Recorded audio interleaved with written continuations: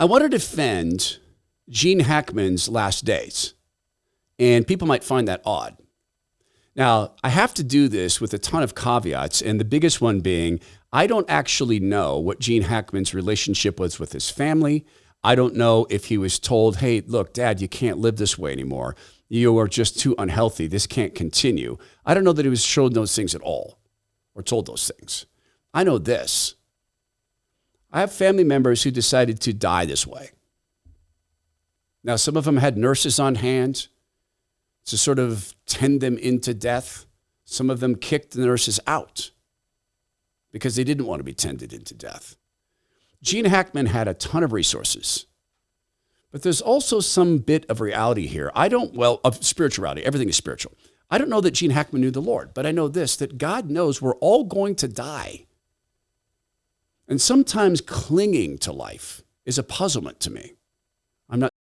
Nothing like that. I've really grown to enjoy life. I'm glad to be here. I'm glad for an opportunity to build the kingdom. I enjoy my work again. That's all great. But I'm not clinging to life. There's also the discussion of quality of life. Should old people really be corralled to go live in a quality of life that makes us comfortable? Or should it be something that makes them comfortable in their last days? So lots of holes to fill in, lots of gaps, a lot of questions, but I think it's completely defensible. It might be that Gene Hackman did everything he could to extend his life. We know that he had some dementia and maybe a lot of it. It was so bad that authorities have said that he may not even have known that his wife had passed. I do find it sad that they both passed and that the dog died. I find it really sad that the dog probably died of hunger, apparently, in his enclosure. Apparently had access to water, but not food. I find that incredibly sad. But I'm inspired in a way that Gene Hackman decided to live his last days the way Gene Hackman wanted to live his last days, because in reality, we're all going to die. And you can put that off, and you should. I work with an all-family pharmacy, and it's their job to help you live as happily as you can, as healthy as you can. Number of reasons I love these guys. Number one is they don't push pharma. They're not a place that's going out and pushing for you to get on psychotropics and antidepressants and ADHD and so-called diet drugs. They know that there are people who use these drugs because they're helpful. Some people need them. They can supply them, and they'll do that. They'll do that at excellent cost. If you don't have insurance, no problem. They can figure out how to work with you. They've got very straightforward pricing. They've got online ordering. They ship in just 2 to 4 days, overnight in a pinch if you really need it. You can even get everyday maintenance medications too. There's no gatekeeper, no hassle. Here's what they specialize in though. The drugs that the technocratic media state did not want you to have. Hydroxychloroquine and ivermectin and antibiotics. Not only have they specialized in this now, they did it during the lockdowns. They spoke truth at that point. People should not be kept from having these drugs. There are other companies that do this. You know them. Some of them are funded by great big famous conservative websites, really famous conservative websites with tons of traffic. But here's the dirty little truth. They're marketing companies. So you're paying a markup on a markup on a markup. You enter your name, your number, your text. That goes into a database, and that is then sold to doctors and pharmacists who fulfill those orders, comes back to you in a package that you think was supplied by the marketing company. But what if you have questions about the dosage?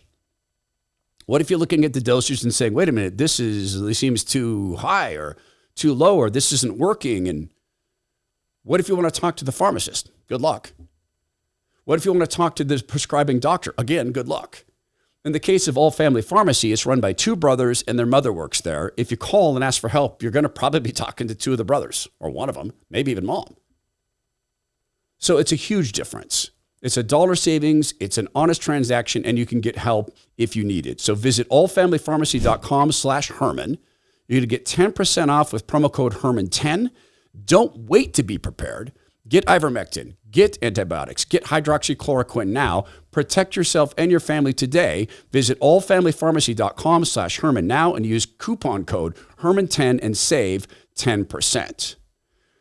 Gene Hackman's last days bother a lot of people. They bother me to a degree. But I am going to defend the way Gene Hackman apparently chose to die. This investigation started on February 26th with the discovery of Mr. Hackman and Miss Arakawa and their dog at the residence. I just want to do a short recap and then touch on some new information. As we know, both individuals tested negative for carbon monoxide. City Fire conducted tests and deemed scene safe for deputies to conduct their investigation. The preliminary pacemaker interrogation results were released last week, and I'll let Dr. Giral touch more specifically on those results. The gas company New Mexico, they also did an analysis of the residence, and they found one minor leak in a single burner on the kitchen stove, which was 0.33% of room air, which was pretty minute and insignificant. Since that time, Xena, the deceased dog, has been taken for necropsy at the Veterinary Diagnostic Services, and we'll be awaiting those results. We learned later that apparently the dog died of hunger. That's very sad. It's very painful. I love dogs. I think they're special animals. I think God designed dogs to give us great pleasure, and I think we have unique relationships with them. I don't know if Gene Hackman's family said, "Dad, you can't live this way." I know I said that to my dad, who was a hoarder, chose to live out on his own. It was really the hoarding stuff because the house was a fire factory ready to blow up. He wouldn't hear of it. It was his 25 acres and his land and how he was going to live. We tried. It was Dad's choice. That's not what took my dad's life. His decision to refuse to care for his body took his life. Gene Hackman had all the resources one would ever need to live in any way one ever wanted. If Gene Hackman wanted to live in the finest care facility in the world, a luxury resort, a beautiful home with all sorts of staff running around, with 5 or 6 nurses or doctors there, he could have done it. Perhaps his wife was hoarding the money. I don't think so. Apparently, she died of a hantavirus-related heart issue. Hantavirus comes from the feces of mice. They chose to live remotely, alone. Maybe because that's what they wanted.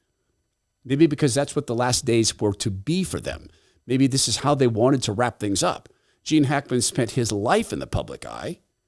Maybe he'd become uncomfortable with it, no longer liked it, no longer sought it. Maybe it's the intimacy he wanted. Maybe it's the long walks or the silence of the deserts that he wanted. Here's what I think. He wanted it. I think it's sad that he died alone, maybe confused. He wanted it. I think it's very sad to think of him then suddenly not wanting it, not knowing how to get help, but he wanted it. We should respect the way people want to die. That doesn't mean that I believe in assisted death. I don't. If people choose to, often we can't stop them. I hope they won't, because I feel it's stealing from God. I think God gives and God takes. I also think you risk going to hell, although I don't think that God is waiting there, ready to scoop you up and send you to hell because your last act was a desperate mistake. But Gene Hackman apparently didn't. He chose to live in a way that made him happy in his last days. Let's remember something about God and death. From Genesis chapter 3, verse 19, we read, "By the sweat of your face you shall eat bread, to return to the ground. For out of it you were taken, for you are dust, and to dust you shall return."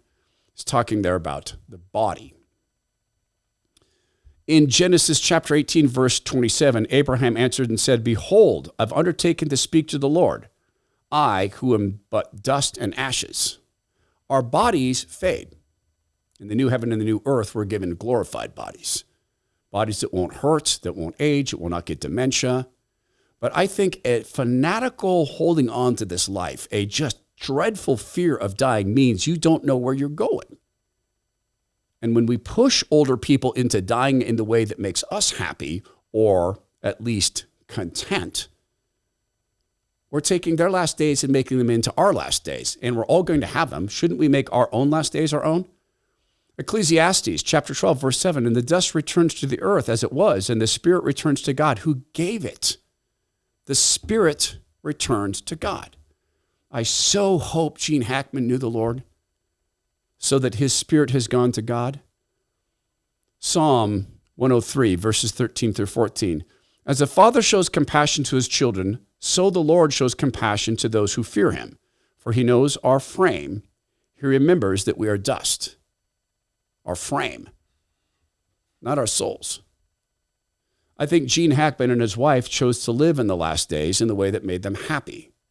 And it may have contributed to their death, but we all die. Let's not fanatically, desperately hold on to a life when the great forever awaits. It's not that I'm advocating. It's an acceptance of the fact that your days are numbered. You don't know the number, but God does. With the elderly people in our life, yes, we should strive for their comfort. Yes, we should strive for their care. And if they reject it, as my great-grandpa did, why are we imposing it upon them? My great-grandpa wasn't going to take anyone else. He could barely walk. He accepted his nurse, Buck, until he didn't, until it was time for Buck to go. And Grandpa told him, I don't want you to come back tomorrow. And so Grandpa exited the earth the way Grandpa wanted to exit the earth, alone, in the same bed in which my great-grandma Florence died. And I bet you, as Grandpa was dying, he had the great comfort of laying in a bed, laid in together all those years, having never been divorced. That's the way things used to be.